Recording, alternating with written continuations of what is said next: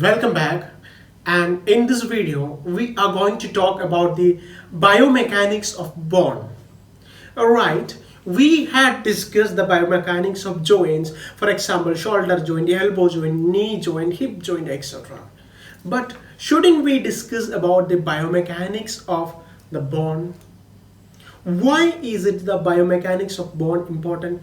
Because you know that bone is the structural framework of our body, and we need to understand how our bone is going to work, how our bone is going to adapt to different situations, different load or different stresses, and how can we strengthen the bone in an effective manner. To know all this, we need to know about the biomechanics of the bone, and in this session we are going to discuss in detail about the biomechanics of bone. This is particularly important for postgraduate studies and PhD studies. Let us discuss about the biomechanics of human bone.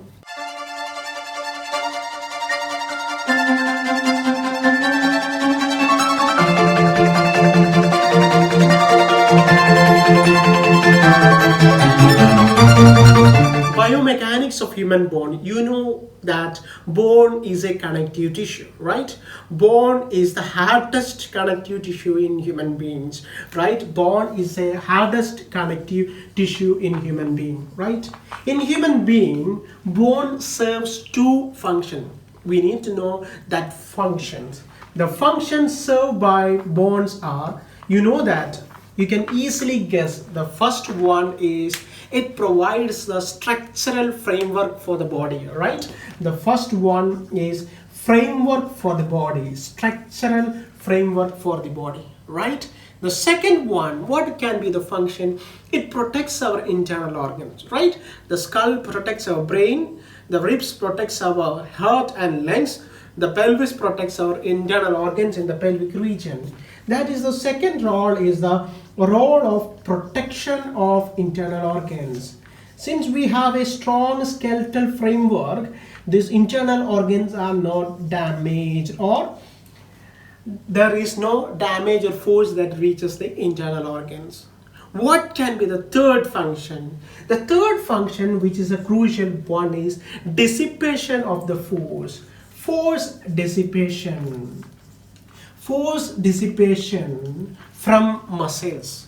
That is, the muscles alone cannot function. The muscles alone cannot function. The muscles transmit the force to the bone, and ultimately the body works as a lever. For example, your biceps is going to flex your elbow, then the biceps act and pull the bone and retransmit the force, and this ultimately works as a system providing that bone. So bone is the hardest connective tissue in the body. It is a connective tissue that has a unique three functions. The first one is a protective function, second one is the structural framework, and third one is the dissipation of the force. This makes the discussion of bone much important. And now in this session, we are going to see about the structure of the bone. See, we have a strategy. The strategy is this. First we see the structure. First we see the composition of the bones, which will enable us to discover the properties. Only by knowing what the thing is made up of, we can discover the property. Without knowing what is inside it, we cannot predict the property. So we are going to see inside the bone, right? The bone, structure of the bone, right? The structure of the bone, very good. The structure of the human bone can be, the bone is made up of two particular substances. One is organic substance and second one is inorganic one, right? The bone is made up of organic and inorganic. In the organic substance, you have the predominant one, that is the collagen. Collagen is the most important organic substance in human bone, and in inorganic you have a name known as hydroxyapatite. Okay, that is hydroxyapatite, and it is often denoted by the capital letter H and capital letter A. So In briefly, the structure of the bone is made up of organic and inorganic substance. Organic substance is made up of collagen and inorganic substance is made up of hydroxyapatite, right? And now you see that in bone, this organic substance occupies 40% of the dry weight of the bone, right? If the bone is 100%, if we take a bone as 100%, okay, in that 40% is occupied by this organic substance. Rest of the percentage, that is a 60%, is the inorganic substance. This is this one and that is that inorganic substance. Now in this 40% of the inorganic substance, I told you collagen is mainly, and collagen forms 90% of it. So the 90% of the bone dry weight contributed by the organic substance is the collagen itself. And in the inorganic substance, 60%, the predominant one is your hydroxyapatite itself. The predominant one is hydroxyapatite itself. You know that collagen is of different type. What type of collagen is seen in the bone? The collagen that is predominantly seen in the bone is type 1 collagen. So that's the next thing that we see. Type 1 collagen is mostly seen in the bone. Alright? And what is hydroxyapatite? Hydroxyapatite is a calcium based mineral, right? It's a calcium phosphate mineral, and it is like the ceramics which we use to make the things. Similar to that, it has a composition. So it is an inorganic substance, it is a calcium based mineral, and it is more or like ceramic, and properties are of that of like ceramic, right? Why do we discuss all this? Why do we discuss organic? Why do we discuss inorganic? Because these two substances are going to provide different type of properties to the bone. The organic substance provides its flexibility to the bone and tensile strength. What is it? It provides flexibility to the bone. It is not much flexible, of course, I know that, and we agree with that, but still it is flexible. The flexibility to the bone and the tensile strength, the force to withstand, the ability to withstand tensile force, the separating force. And the inorganic substance help the bone to withstand the compressive load. That is why we discuss this. The inorganic substance help the bone to withstand compressive load. So we start our discussion on the biomechanics of bone. You define bone, you define the three functions of bone, then you go to the structure of the bone. The structure of the bone, or the biology of the bone. The bone is made up of organic and inorganic substance. Organic substance includes the collagen. Organic substance makes up 40% of the weight of the dry weight of the bone, and in that 40%, 90% is collagen, and in that 90%, type 1 collagen is the predominant one, right? And 60% of the dry weight of the bone is made up of hydroxyapatite or inorganic substance. And in that inorganic substance, the main one is the hydroxyapatite, often referred to as HA, which is a calcium based mineral, right? And what is the unique feature of this? Organic substance provides the bone flexibility as well as ability to withstand tensile forces or tensile strength to the bone.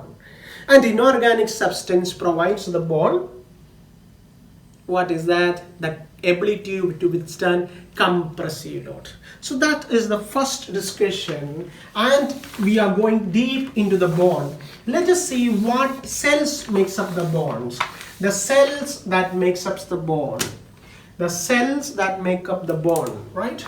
You know that the cells that make up bone can be fibroblast, osteoblast,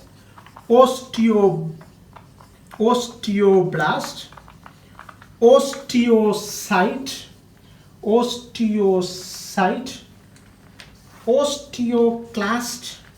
osteoclast, and finally the last one, the progenitor cells. So let me explain the bone cells, the cells that make up the cells that makes up the bone are that one, the fibroblast, the osteoblast, the osteocytes, the osteoclast, and progenitor cells, right? The fibroblast, you know that they help in building up the type 1 collagen and extracellular matrix.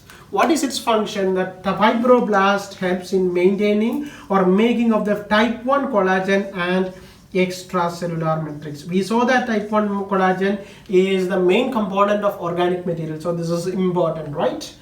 Type 1 collagen and extracellular material.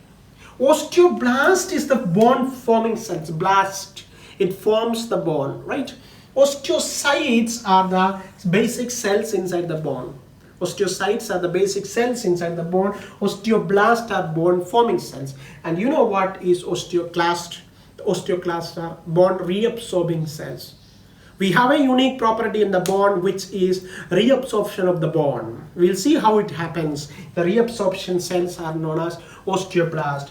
And progenitor cells are the cells that lay down the osteoblast. The cells that lay down or builds the osteoblast. These are the progenitors. So let us summarize the cellular structure of the bone, which is made up of fibroblast, osteoblast, osteocyte, osteoclast, and progenitor cells. Each of it has unique property. Now, in the bone, there is always a ratio between, or there is always a balance between the osteoclast activity and osteoblast activity.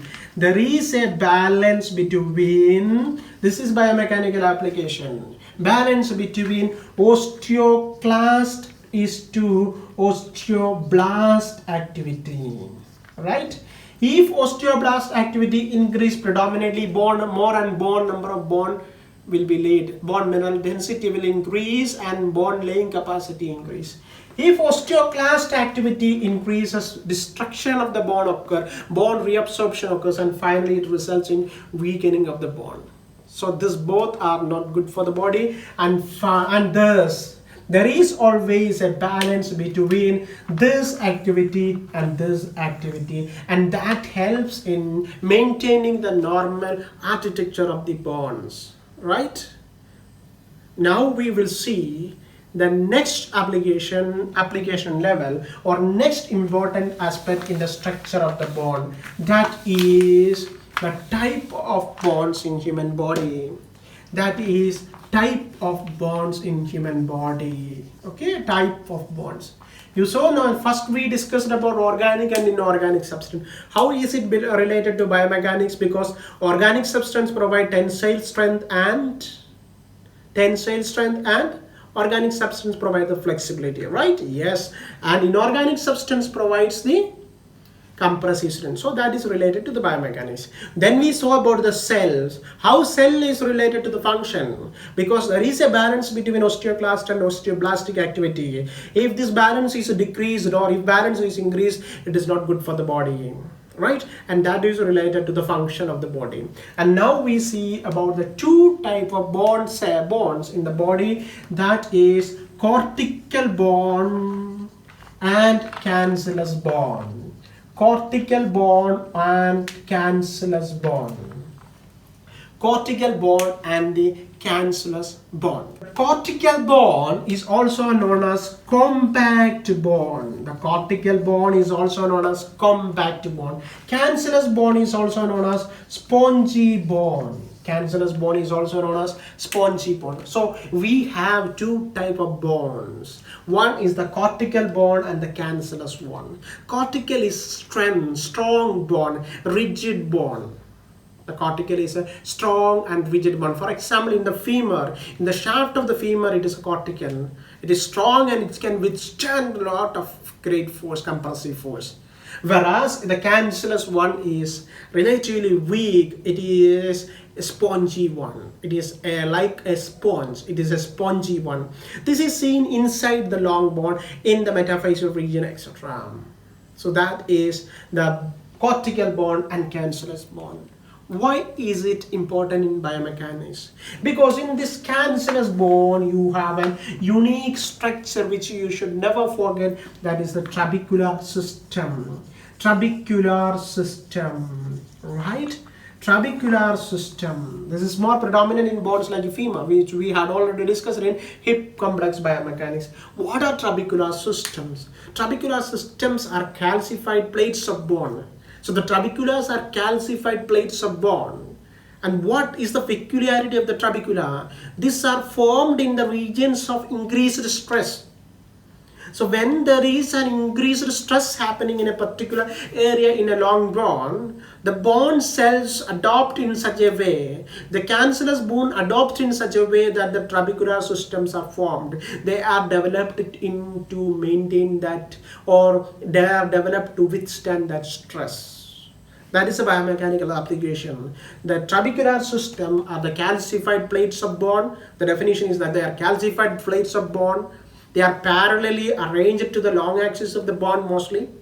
They are parallel sheets or long sheets of calcified sheets of bone. Of course, they are not parallel to in some regions, right?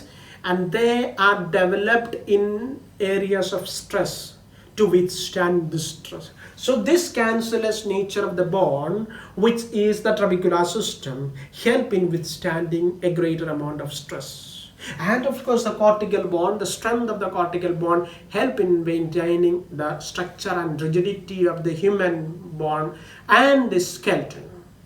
So that's all about the type of bone. And in human beings, the bone changes over the lifespan. Or there are two types of microscopic organization that is seen inside the bone cells, right? There are two types of microscopic organization seen inside the bone cells. One type is the worn bone, and second one is the, which one can you guess? Can you guess that? Lamellar bone, worn bone and lamellar bone, right? This name suggests WOVEN, like a fabric material. The bone cells will be interplaced and freely arranged like a fabric material. This type of bone are usually seen in infants, right? In all of us a few years back, not few years back, long years back, right? Infants, right? Then in fracture callus, okay? In fracture callus, after fracture, the callus, the reformation of the bone, and in metaphyseal region, of course in metaphyseal regions, this worn bone is seen. Lamellar bone, a very organized bone, cells are interplaced in a matrix, and that is seen in all other parts of the human bone. So in microscopic level, the human bone can be either worn or lamellar bone. Or you can understand it in some another manner, that is, throughout the lifetime, the bone adopts and changes. And that one change is in the infants or in callus or in the metaphyseal region, the bones are weak and are freely arranged like a fabric material. That is the worn bone. And the strong bone, which is very well organized, is known as the lamellar bone, right? And that's how we discussed about the general structural properties of the bone, right? That's how we discussed about the general structural properties of the bone. We discussed the organic, inorganic components, the cellular components, the two type of bone and two type of microscopic organization of the bone. What did you get from this? What did you understand from this? The thing that we should understand is bone is a dynamic thing. It's a dynamic structure which is capable of adapting and it is capable of reforming itself. This is defined by one law known as, here we go on to biomechanics, right? That is the Wolff's law. Wolff's law, which states that the structure of the bone is in response to the function. The structure or the formation of the bone is in response to the functional demand. What do you mean by that? What do you mean by that? That means throughout our lifespan, our bone is capable of remodeling itself. That means when there is a situation of increased stress, when there is a situation of increased force, or when there is an increased demand, the bone cells regrow. The osteoclast activity is decreased and osteoblast activity is increased. The bone is forming itself. That is the adaptation of bone to stress or functional demand. The bone reforms and regrows itself and becomes fit. Whereas when there is low loading condition, when there is absolutely no loads, the bone adopts other change, the negative change, that is the osteoclast activity increase and blast activity comes down. That means bone is being reduced or reabsorbed itself and it becomes less strength. And that relates to our life. That is, a patient lies for 6 months or 4 months or 3 months in bed rest, and naturally what happens, there is increased in osteoclastic activity. And at 1 year old, 1 year bed rest patient, you cannot take him and go for the intensive training. You cannot go for all the strengthening exercises. It may result in disadvantages. That is because the bone would be weak because of increased in osteoclastic activity. That's application in patient. The second one is in, if for example you imagine of the patients who go in outer space, the astronauts who live in the outer space for months and years. Here, what is the loading that is happening? The loading is the gravitational force which gives us our weight. There is no gravitation, there is no loading. And naturally, the studies have shown that there is decreased in bone activity or bone formation in those patients, in those people, not patient, on those people. And they may find it difficult when they reach back to earth, right? So these are the biomechanical application based on the structure of the bone, right? So always remember Wolff's law, which says that the structure of the bone is in response to the function, or the structure of the bone is in response to the loading of the bone, right? Good. And now with that we had the structure of the bone and by a few important discussions. Now we move on to pure biomechanics of the bone, which is the mechanical properties of bone. Mechanical properties of bone. So if somebody asks you write a note on the biomechanical properties of bone, you have to first write about the structure of the bone, which is very important. Do not go for the direct into the biomechanical properties or mechanical properties. Yes, why is the mechanical properties of bone significant? We can just go on to discuss the mechanical properties, but that's not the game. That's not the way. We have to know why is it important. You know that, let us take the example of our femur. The femur is the bone which is weight-bearing bone, which is a unique bone of weight-bearing. All the weight of the body is transmitted to the femur. Now when I am standing like this, the weight that is transmitted into my femur is this. Okay, but when I am walking, it increased to 2 to 3 times. When I am climbing the stairs, it is increasing. When I am going for a jump, it is increasing 6 to 7 times of the human body weight. It's not increasing 6 to 7 same of the load. It is increasing 6 to 7 times of the human body weight. And if bone is not having biomechanical properties, can the bone withstand it?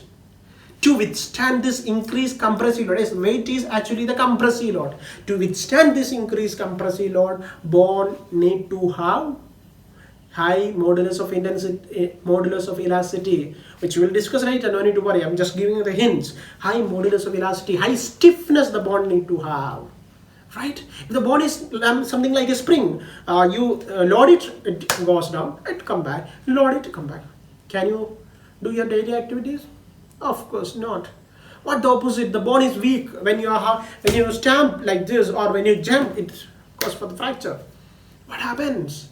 Can you do your daily activities? No. That is governed by the mechanical properties, that is governed by the unique behavior of the collagen and the hydroxyapatite and the cellular components of the bond. These things provide the mechanical properties to the bond, and that mechanical properties are thus very important. This is not the real life scenario. The real life scenario is much more difficult. When you go for a functional task, your body weight is not the thing that is going to act on the bone. Along with that, muscular force is also going to act. The muscles is going to provide compression. The muscle is going to compress the bone, act on the bone, pull on the bone. That has to be balanced, which is much more higher than the body weight. Such intense load has to be beared by the bone. That property that can be beared by the bone due to its mechanical properties. Right? And when there is a problem in mechanical properties of the bone, when there is a weakness in the bone, as I told you, there can be chances of fracture. There can be chances of osteoporosis. What is osteoporosis? Bone mineral density decreases. That is a biomechanical or pathological changes in the bone. That's the pathomechanics of the bone. Osteoporosis, bone mineral density decreases. Osteoclast activity increases. And osteopenia, another condition where bone is going to weak. These are all conditions which are based on the mechanical properties of the bone. And now we go on to discuss the mechanical properties. For example, you see a strong building in front of you, 30-story building or 300-story building. You can predict that, or when you are seeing that building while it is being constructed, by seeing the architecture, by seeing its beams and by seeing the pillars and by seeing its foundation, you can guess how far it can go and how strong it would be. Similarly, the mechanical properties of bone is going to tell how strong it is, how strong it can withstand the force, how much capable it is, right? And we are going to see that mechanical properties of the bone, which includes anisotropicity. No need to worry, I'm going to discuss it in the most easiest manner. Anisotropicity, which includes anisotropic nature of the bone, the fracture toughness of the bone, which is another property of the bone, the strength of the bone can withstand in tensile nature, in compressive load, etc. The anisotropicity, the strength of the bone, fracture toughness, how far it can withstand a fracture, and finally strain rate. These are the four mechanical properties of bone that give the bone its a biomechanical property or biomechanical role in the human body. So we are going to discuss about the mechanical properties of bone in the next video. So stay tuned till that. This is Tony's tutorial. If you haven't subscribed to the channel, please subscribe and click the like button.